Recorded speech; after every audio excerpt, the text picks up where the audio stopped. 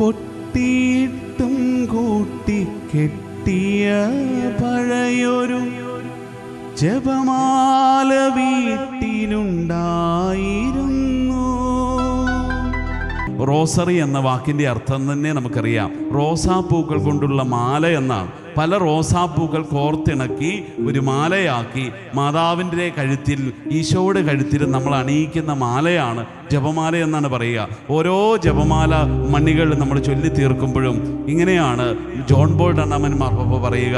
ഒരു നന്മ നിറഞ്ഞ മറിയമേ ചൊല്ലി പ്രാർത്ഥിക്കുമ്പോൾ ഒരു വെള്ള റോസാപ്പൂ നമ്മൾ ആ മാലയിലേക്ക് കെട്ടുന്നു.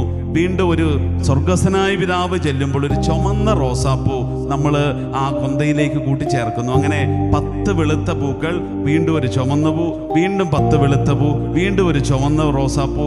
അങ്ങനെ വെളുത്തതും ചുവന്നതുമായ റോസാപ്പൂക്കൾ കൊണ്ടൊരു മാല ഓർത്ത് അവസാനം ആ 53 റോസാപ്പൂക്കളുടെ ഒരു മാല നമ്മൾ ഈശോയുടെയും മാതാവിൻ്റെയും കഴുത്തിലേക്ക് അണിയിക്കുന്ന ശുശ്രൂഷയാണ് ഓരോ ജപമാലയുമെന്ന് ജോൺ പോൾ രണ്ടാമൻ മാർപ്പാപ്പ ജപമാല എന്ന തൻ്റെ അപ്പസ്തോലിക ലേഖനത്തിൽ സഭയെ പഠിപ്പിക്കുന്നുണ്ട്. അപ്പോൾ നമ്മൾ എപ്പോഴും സന്തോഷത്തോടെ ഓർക്കണം, ജപമാല ചൊല്ലി പ്രാർത്ഥിക്കുമ്പോൾ ആ ജപമാല പൂർത്തീകരിച്ചു കഴിഞ്ഞ് ജപമാല സമർപ്പണം ചൊല്ലിക്കഴിയുമ്പോൾ ആ സമർപ്പണം എന്താ സംഭവിക്കുക? സകല വിശുദ്ധരുടെയും പ്രാർത്ഥനകളോട് ചേർത്ത് പരിശുദ്ധ അമ്മയുടെ തൃപ്പാദത്വങ്ങൾ ഞങ്ങൾ കാഴ്ചവെക്കുന്നു എന്ന് പറഞ്ഞ് നമ്മൾ ജപമാല ചൊല്ലി പ്രാർത്ഥിക്കുമ്പോൾ ഒരു പൂമാല നമ്മൾ കോർത്തിണക്കി അത് മാതാവിൻ്റെ തൃപ്പാദങ്ങളിൽ, മാതാവിൻ്റെ മാർപ്പാപ്പ പറയുന്നത് തൃപ്പാദങ്ങളിലല്ല കഴുത്തിൽ തന്നെ അണിയിക്കുകയാണ് എന്നാണ് മാർപ്പാപ്പ തൻ്റെ അപ്പസ്തോലിക പ്രബോധനത്തിൽ എഴുതി വച്ചിരിക്കുക.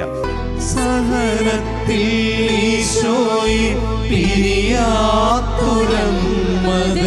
ഹൃദയസ്പന്ദനമതിൽ കേട്ടിരുന്നു. എന്റെ പ്രാർത്ഥന താളമതായിരുന്നു.